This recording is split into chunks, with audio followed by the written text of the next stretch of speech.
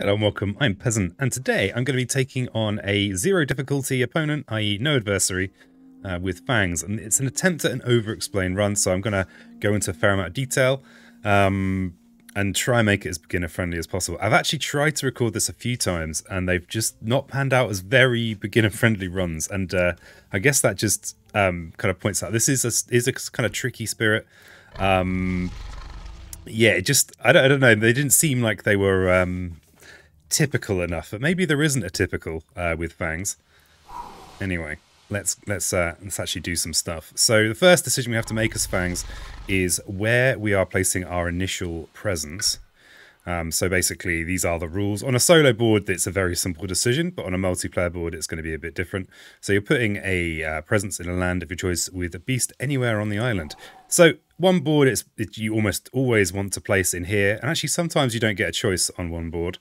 On a bigger board, you're going to want to, place where there's a weak point. Maybe inland with ocean is a very obvious example.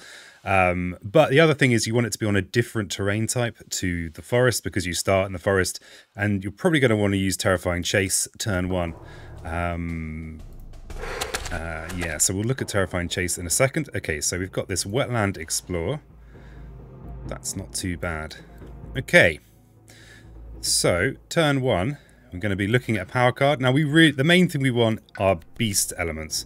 Oh, and that's why some of my previous recordings didn't really line up, because we didn't get any beast elements, or animal elements, sorry. But we have been offered animal elements here. The ideal is animal and plant elements, but beast is good enough. So we're going to, because it's so important to the spirit to be able to use this ranging hunt ability, I'm just going to barely even contemplate these. They're not even going to do anything much situationally for me. So we're going to look at these two. So Call to Isolation. It's actually this is a surprisingly good card. It does a lot. Pushing multiples with Dahan, pretty juicy. Gnawing Root Biters is also powerful, but this is something you'd probably rather have played with someone like River. But then they've got plenty of that already. It's actually a card that very rarely gets picked, certainly in my experience. All the Gnawing Root Biters fans, feel free to make your case in the comments. Alright, so it's almost certainly going to be Call to Isolation, but we can actually see an immediate use for it. We can push an Explorer from in this land, and let's just prevent this build here. That's pretty good. So I'm going to go with this. We're not going to use it this turn, though, probably. We could use it this turn. I am going to use it this turn. So if you don't draw anything that's immediately useful on this turn, typically you would place another presence, and you'd go with Prey on the Builders and Terrifying Chase. But in this case, we have drawn something immediately useful that's going to be better than one of these options, I think. So I'm going to probably do this instead of one of my start cards. All right. So then we've got another presence placement. We could go in any of these three lands, and you typically want to spread your presence out with FANGS. Yeah, so I'm going to go in there. And you also note that of your two start cards, you've got two that require your presence to be in a jungle to use them. This is very easy to, this kind of targeting restriction is so easy to forget. Okay, so there's a build in here for a city and a build in here for a town. This city's actually kind of a problem because we're not going to be able to do anything about it for a while.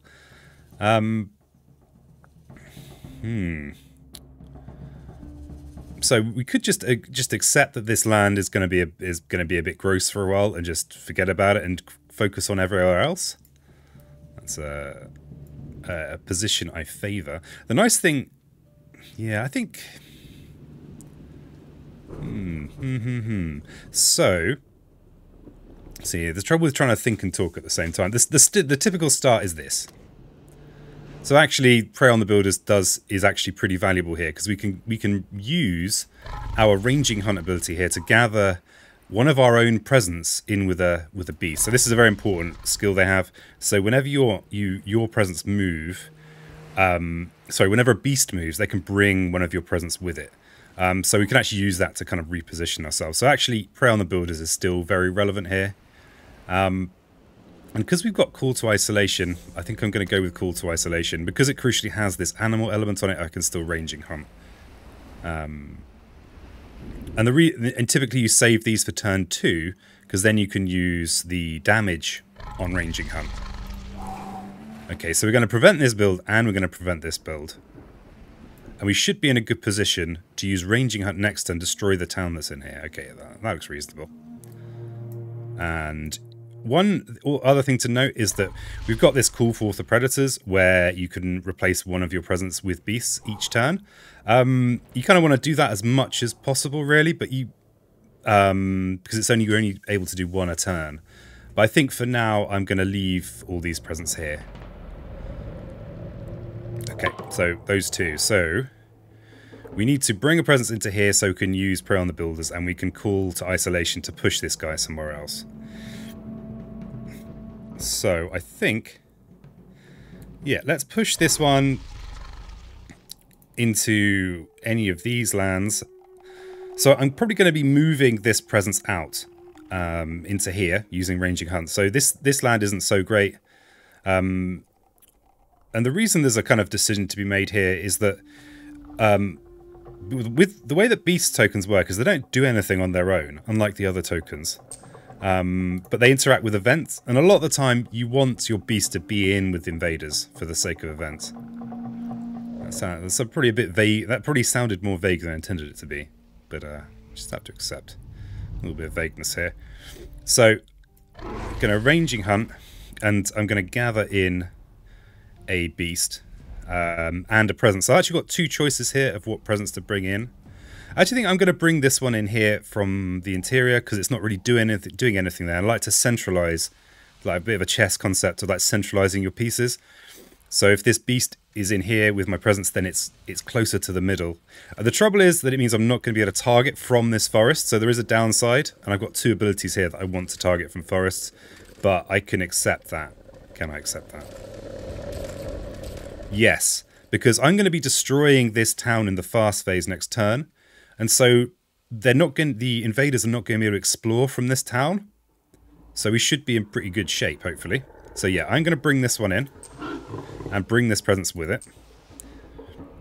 I'm not going to push this away because I'm going to have to bring one in with the Prey on the Builders. I mean, I could maybe push this here and then bring this one in. Is there a benefit to that? There might actually be a moderate benefit to that, so I guess we'll do that. We'll push this in here, and we'll not move the presence, and then we'll Prey on the Builders and bring this one in. And we'll leave this presence where it is. Actually, no, we could bring it. Do we want to bring it in?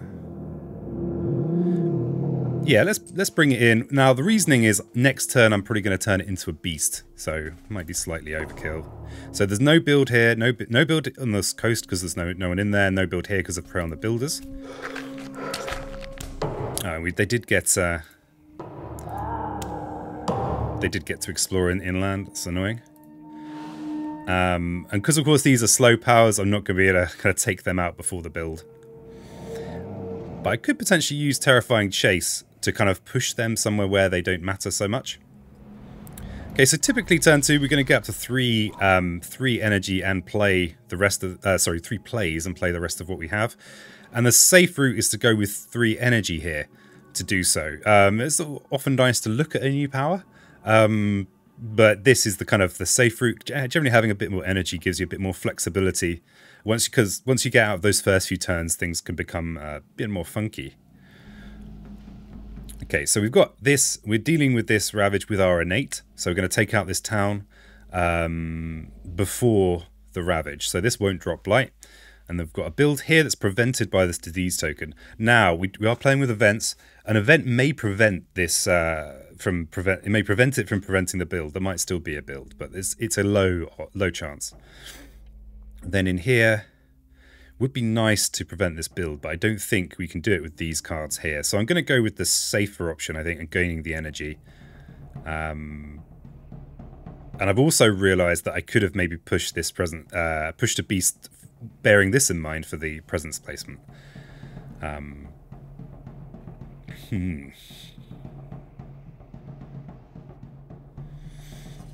Okay.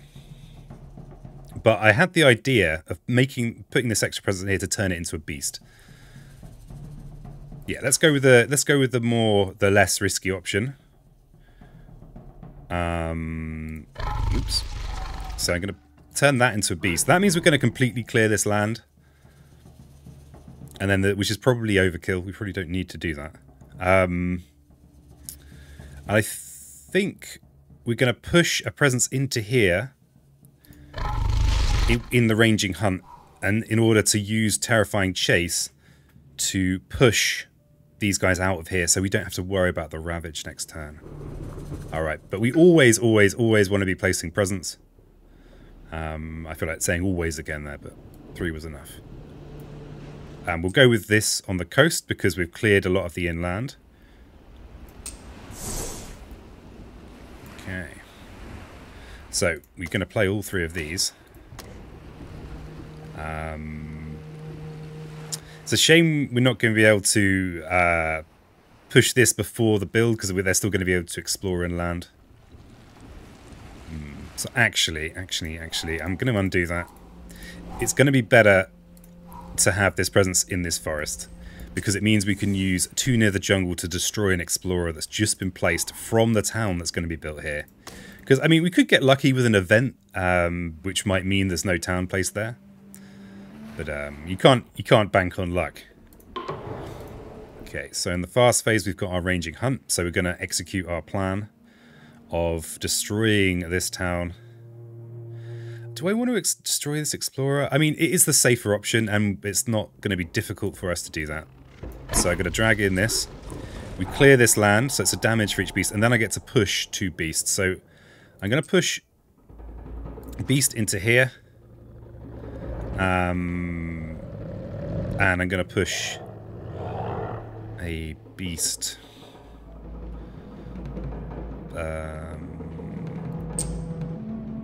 Let's push a beast into there. So it's just good to spread them out generally. And then I want to move a presence into this land here for Terrifying Chase. Okay, there's a lot of words on this card.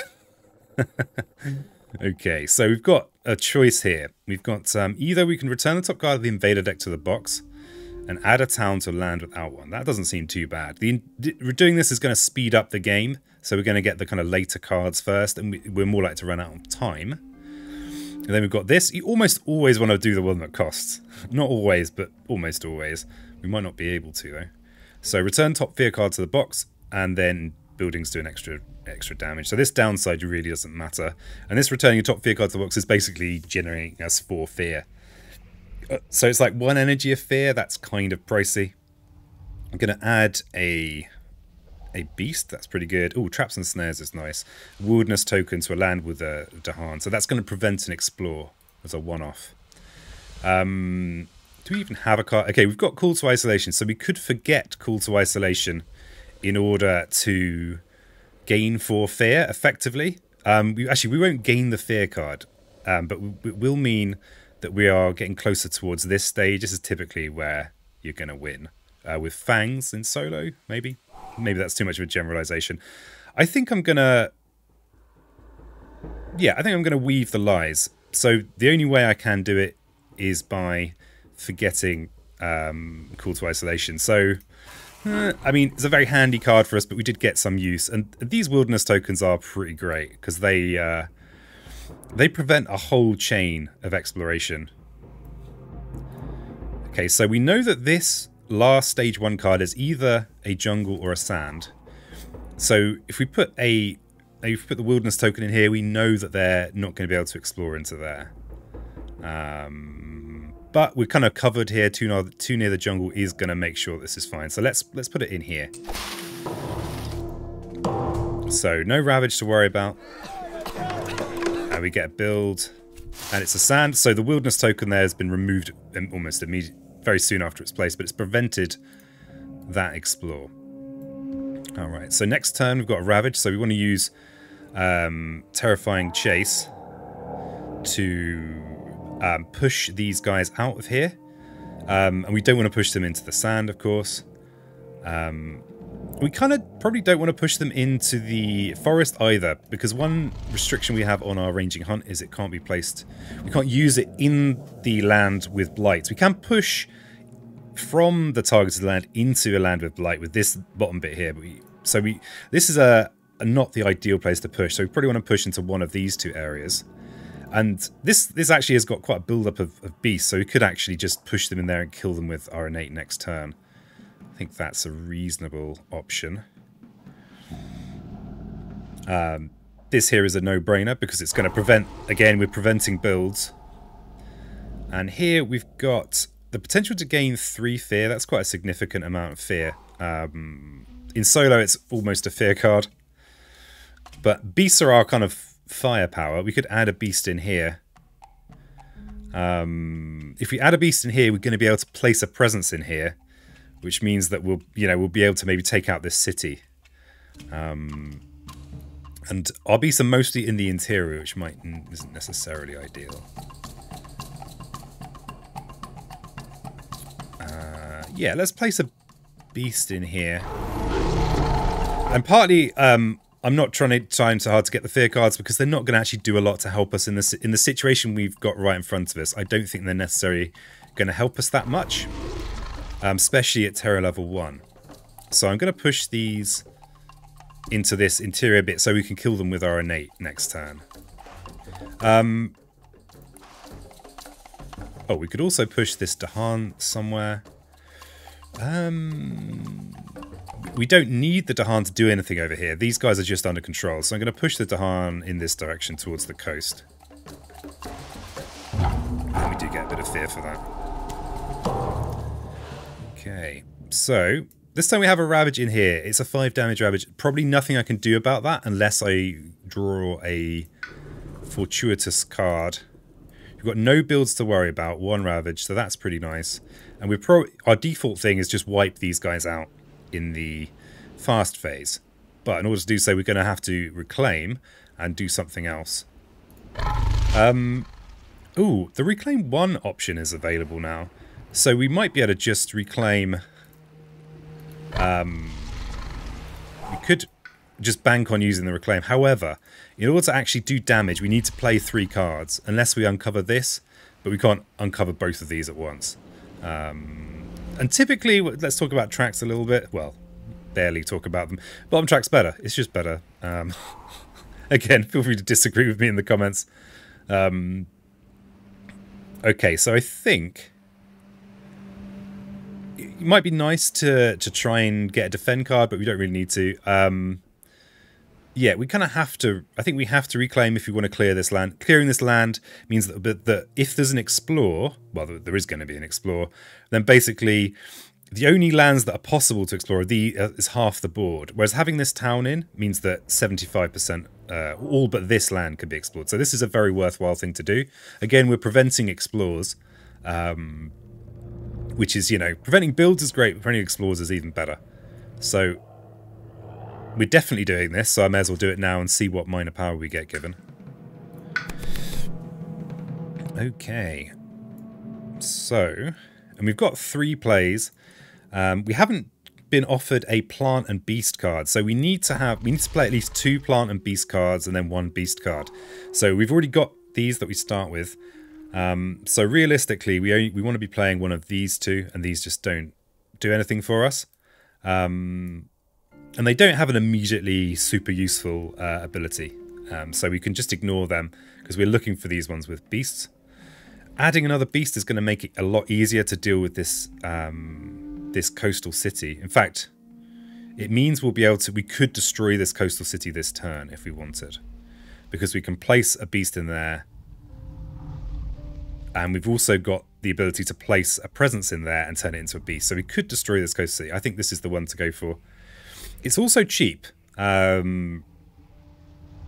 which is often pretty handy. Yeah, let's go with Swarming Wasps. Okay, so we've already drawn a very useful card. Reclaim 1 isn't going to have any immediate use for us, but we still want to keep pushing down these tracks. I wonder if I can finish it this turn. I don't think so. We need 3 fear to get to terror level 2, and then we'd need to have destroyed the buildings. So yeah, this land is probably going to blight. And the trouble with that is it's going to mean that we're not going to be able to use our ranging hunt in that land.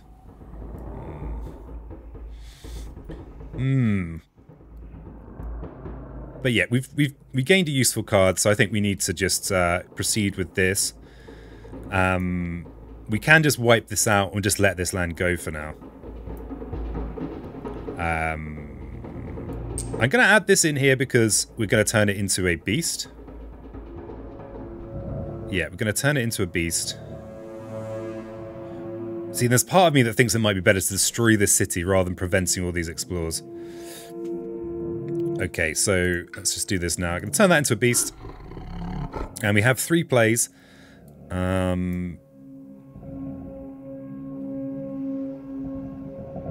because we could. The thing is, we could destroy the city, but we can't destroy the explorers. So there's still going to be a blight put down. However, destroying a couple of explorers is. I mean, we can even use 2 near the jungle on explorers, and this card doesn't care about blight, unlike this card and my innate.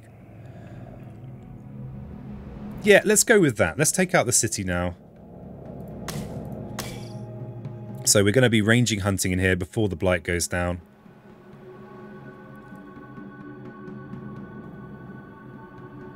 Yeah, I think that's the... I mean, and we will have a fear card. Yeah, probably just the 1 fear card. But we might get lucky. You know, a fear card can help you with a singular explorer.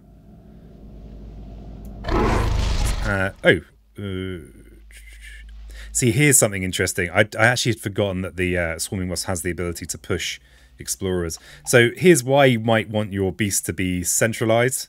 Is that if I used ranging, I could have dragged a beast in there and pushed them out and actually salvaged that land. Good to know. I've used this card a lot, but I don't think I've used this ability on it that much. Okay. So we're going to ranging hunt. We're going to destroy the city. And now we can push our beasts. So let's distribute them to those areas there.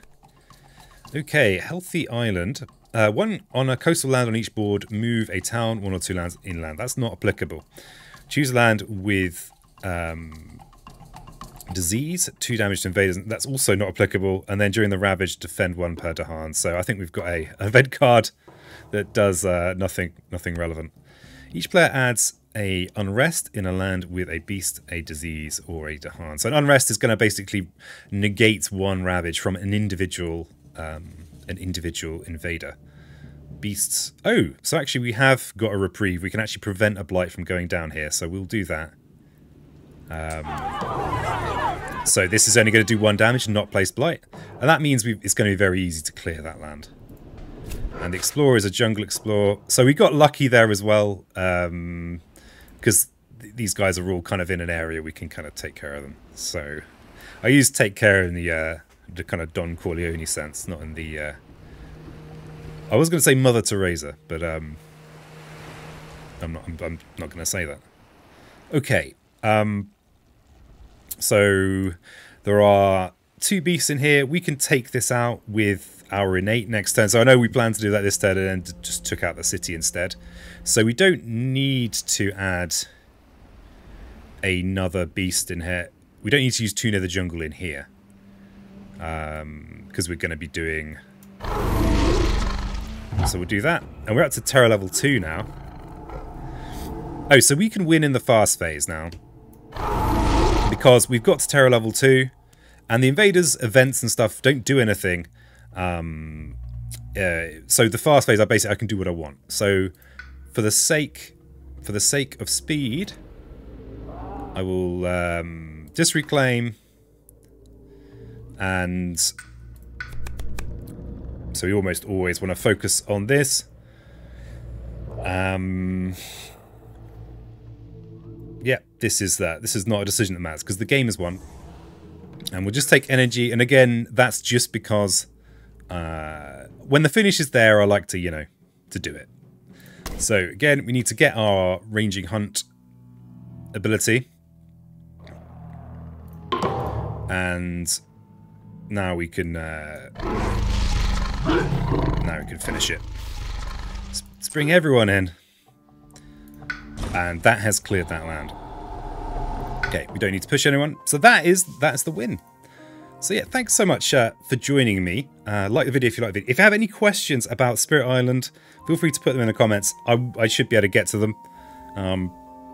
Yeah, and that was despite I've tried to actually record this particular Zero Run like 5 times, but they've just always been really weird playthroughs. That was the most typical we've had, so that's the one that's going to be the official Zero Run. So yeah, thanks for joining me, and until next time, keep it spiritual.